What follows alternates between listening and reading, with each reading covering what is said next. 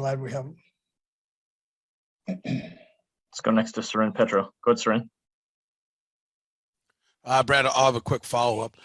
Coach, during the course of the season, we've heard you, especially Steve, talk about, we're going to need everybody, right? And we have a package for this guy, and we have a package for that guy. Is there a difference between, hey, the regular season is a marathon, and it is a matter of, because it is such a long year, dividing up those reps and snaps for guys, but now there's maybe a little more sprinting, and you narrow down, how many guys are actually going to be going to play, and how much more you focus maybe the game plan on the top guys, for lack of a better term?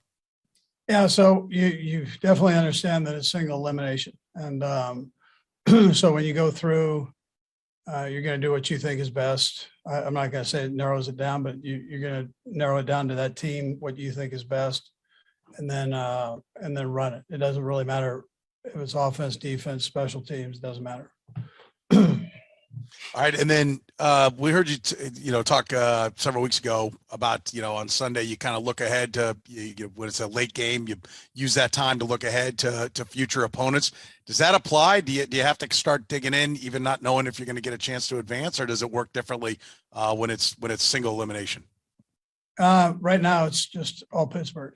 So, it takes every bit of effort that you have to make sure you're ready for this football team, and they're a good football team. So, got four more. We'll go right down the line, starting with Matt Derrick. Go ahead, Matt. Hey, Coach. Mike Tomlin told me earlier today that he learned a lot in that 1 year that he spent with Chili up in Minnesota. Just wondering, do you see any similarities? Anything that you see in Mike Tomlin that reminds you of yourself and some of the success that you both have shared? Well, listen, he's a heck of a football coach. He's also a friend. I've got to know him over the years. So I don't know that. I know I enjoy being around him, and he's been very, very successful at what he does. So, and I know he and Brad are very close too. So Eric Bieniemy was on that side. I mean, there are a lot of people that kind of intertwine that were on that staff, and we all feel like we've known each other for a while. So, yeah. Let's go next to Pete Sweeney. Go, Pete. Hey, Coach, I know you guys are going to see about Clyde Edwards-Helaire, but in his absence, really, you've had a lot of contributions at the running back position. Is it safe to say it could be a committee hot hand type of whoever's playing best because it's the postseason, maybe the one you guys go with? Well, we've kind of done that throughout here, just roll guys in, and everybody's had their little role with the offense, and so we'll keep doing that. We try to keep guys fresh and the best you possibly can, against a really good defense. So it won't be any different than during the season where we did that. Last two, we'll go James and then Joe. Go ahead, James Palmer. Hey, Andy, I'm curious about over your years with Travis and his understanding of defenses and leverage over the years, that when you guys come up with these ways to put defenses in compromising situations, how much input does he have when you guys are working things out, since he has such a great feel for it, Yeah, no, listen, we listen to him.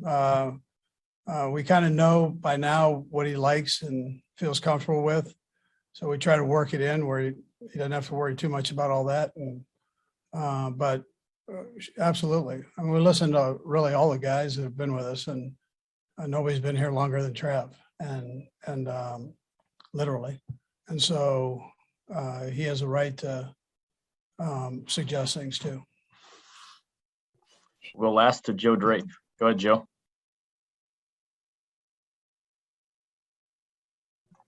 Hey, Coach, how are you today?